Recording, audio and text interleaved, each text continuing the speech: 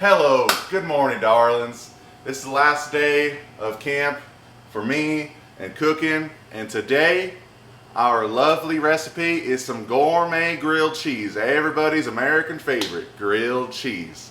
Now, there's a little bit more complex situation we got going on here. We're doing 3 cheeses. We're using the Fiesta blend, like we did yesterday, because life's a party.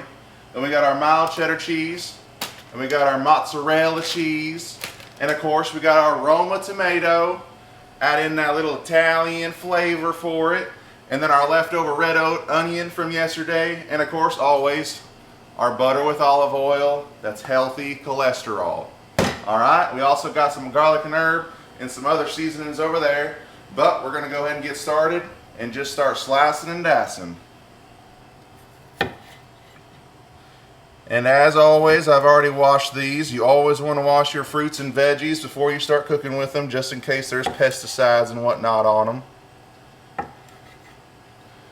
And use our handy dandy slicer like we did yesterday. Helps so much in the cooking process. And actually today, we ain't gonna dice the tomatoes, we're just gonna leave them sliced. I think sometimes slice is better than diced. And we'll do the same thing with the onion.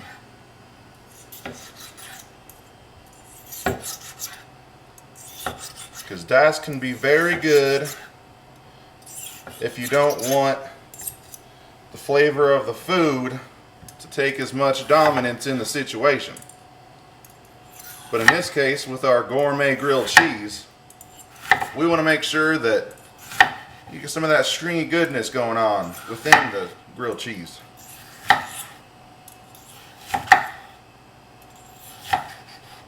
And unlike yesterday, I'm actually going to dispose of the excess on the sides because honestly, we don't need onion overloading our grilled cheese sandwich. Alright, so we got all that fixed up. So let's go ahead and take this over. We're going to bring it on over to our stove. We're going to warm it up probably to about a medium. And again, this is one of the pans that I brought from my home. It's got a nice grill top, so whenever it comes to making the bread, we'll get those nice grill marks on there. So we'll make sure to get that all in there. Let me put this back up.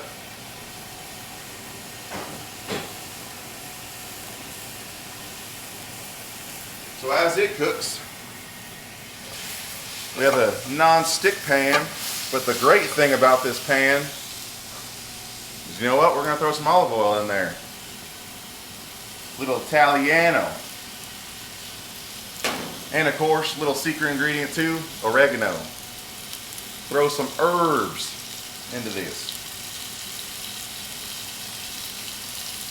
The main thing is we just want to soften up the onion and tomato, because the best thing about a grilled cheese is that it's nice and soft and gooey. If everything's hard, it just ain't going to taste the same. You got to bite through it nice and evenly. Got to break apart the onion. And again, if you leave this all setting too long, all this is going to burn to the bottom. But that's okay. Because the main thing is you just want to coat it. Get that flavor profile going.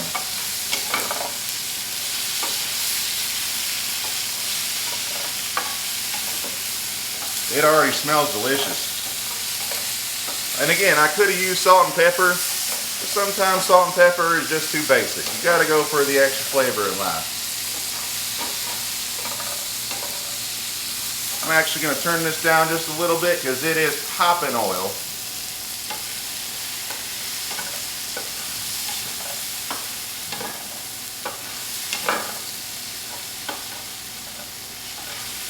But biggest thing, as you cook, always cook it with love. Because if it ain't cooked with love, it's probably not going to taste good.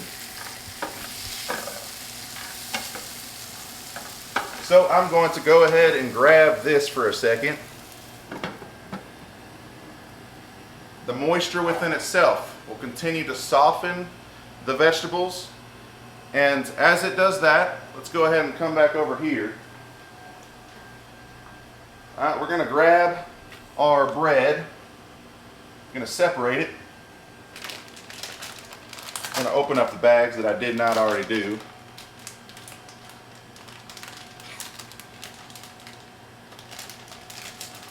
Let's see here. This is a challenge I did not see coming forth. Now again, be careful with the knives. This bag just does not want to open. So you know what? We want to let's just go and stab through it.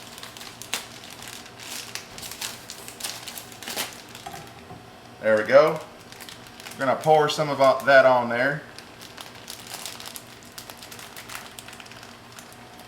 Don't be too shy with how you do it. Alright, let's get this thing open.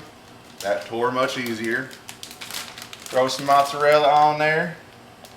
Now we got our mozzarella layer on there. We're actually going to take some of the garlic herb, and it's a great way of adding in the garlic powder. If you want to, you can add in your own garlic powder, but garlic herb is a great seasoning for an overall flavor. Last thing, of course, Fiesta blend, because life's a party. Throw that in there. And then in a second, we're going to go grab our tomato and onion. It should be good and done by now. Nice and softened up. And we're actually not going to use the whole thing.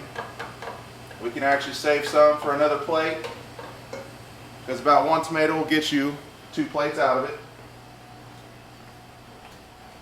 I'm going to set that right there. We're going to grab some of our tomato and onion, lay it on the top.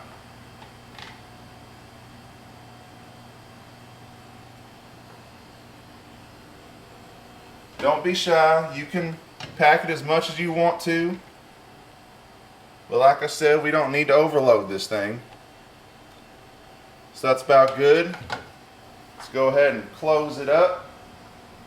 Just to make sure your plastic has no chance of burning.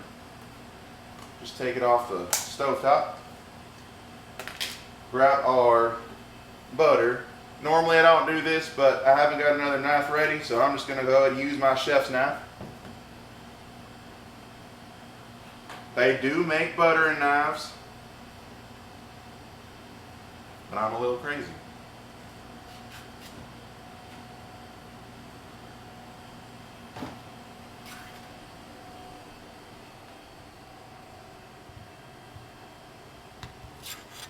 And again, a great little cheat code for life is if you want to make good garlic and herb bread, is to use some butter. And of course this butter helps a little bit more because it's got the olive oil in there. But then you throw some more garlic herb on there and it really impacts the flavor and gives you that classic Texas toast. So let's go ahead and set it in here. One thing I did forget to do is I'm going to go ahead and scoop out all my extras onto this plate, because we don't need this burning up with it.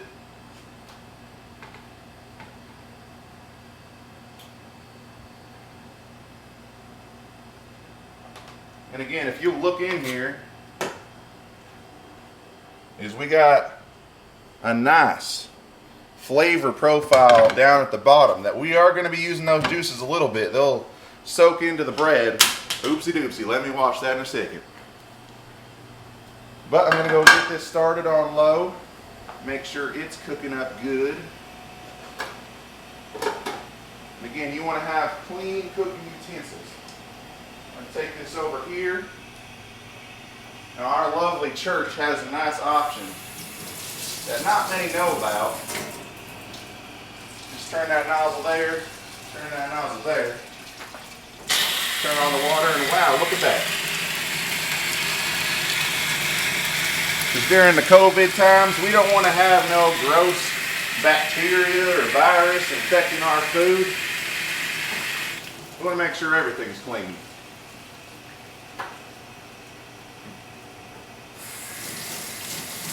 Let me grab a paper towel to dry it off real quick. By the time I get done with this, one side should be done and good.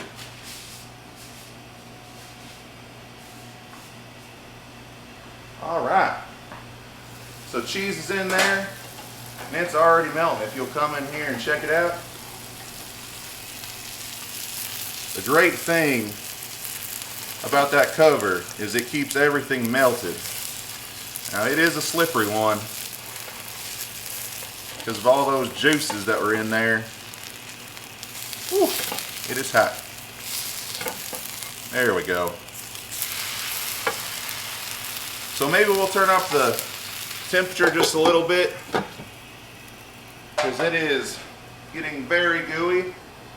Make sure the crust hardens at the bottom and that it doesn't stay too cheesy because you want your crust to be hard but your cheese to be gooey. So it's a very hard, complex situation. But as it cooks, we'll leave it to goo up a little bit. I'll actually take off the stovetop because remember, this adds more moisture to the air within the pan. And so if we take it off, maybe it'll dry out the air a little bit, allow it to cook. Just slide it over.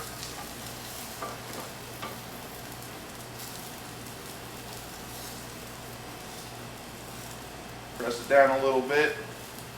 Just rub it in. And again, if you'll look in here, you'll notice that as all the moisture came up, it also took out a lot of the juices. And I believe a lot of the juices as well soaked into this piece of bread. So right now I have it on about medium, medium-high, making sure that it's cooking through. Just allowing it to cook, do its process. We will have one of the most grilled, chewiest, gooeyest cheese sandwiches you've ever had. Let me flip it over again. Whew. See? Nice burn marks, but charcoal adds to the flavor. So I ain't too mad about that.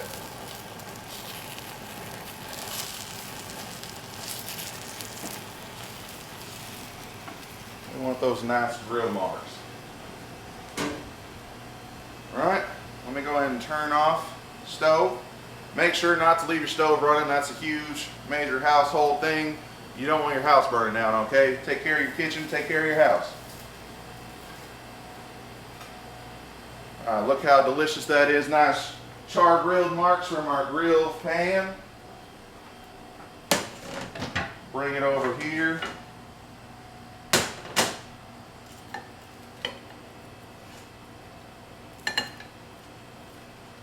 It's very hot. But as you'll notice, all that cheese has just gone in there and gooed up. And if you want to, add some more of the cheese back into the situation. But as for the last day of camp, that is our final recipe. I hope you guys had a great time at base camp this week. And I hope to see y'all tonight at 6:30. See y'all then.